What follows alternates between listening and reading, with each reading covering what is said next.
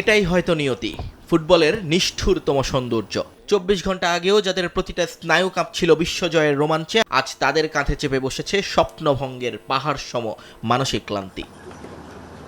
ডালাসের অভিশপ্ত রাতের পর ফ্রান্স ফুটবল দল যখন অনুশীলনে, তখন সেখানে ছিল না উচ্ছ্বাস, ছিল না চিরচেনা উৎসবের আমেজ। ডাগ আউটে ছিলেন না Kylian Mbappe, Ousmane Dembele, Michael Oliveira.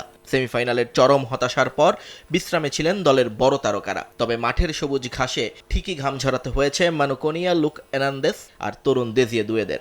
পায়ে বল নিয়ে অভ্যস্ত দৌড়গুলো ছিল বড্ড ভারী, বড্ড চেনা কিন্তু অচেনা।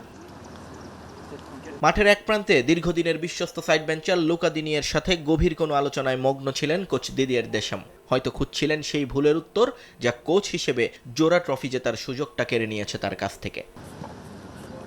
রন্ডোড্রিডের বৃত্তটায় বল ঘুরেছে ঠিকই, কিন্তু খেলোয়াড়দের মন পড়েছিল ডালাসে। ব্রাজিলের পর টানা ৩ বার ফাইনাল খেলার যে কীর্তি গড়ার খুব কাছে দাঁড়িয়েছিলেন ফরাসিরা, এক রাতের ব্যবধানে তার রূপ নিয়েছে একরাশ আক্ষেপে। অ্যান্টিব্যাকটেরিয়াল ফর্মুলা বাসনকে চকচকে জীবাণুমুক্ত করে আমাদের দেয় গ্লিটার গ্যারান্টি।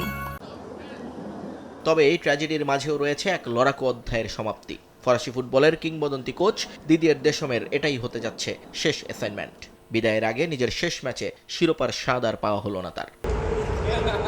রোববার যখন নিউ ইয়র্কের আকাশে ফাইনালের আতশবাজি ফুটবে স্পেন আর আর্জেন্টিনার হাত ধরে, তার ঠিক আগের দিন শনিবার মায়ামির মাঠে নামতে হবে ফ্রান্সকে। প্রতিপক্ষ আরেক ভাগ্যহত ইংল্যান্ড। বিশ্বজয়ের মুকুট হারিয়ে তাদের সান্ত্বনা তৃতীয় স্থান নির্ধারণী ম্যাচ, যা কেবলই নিজেদের ফুটবল ঐতিহ্য আর মর্যাদা অক্ষুণ্ণ রাখার লড়াই।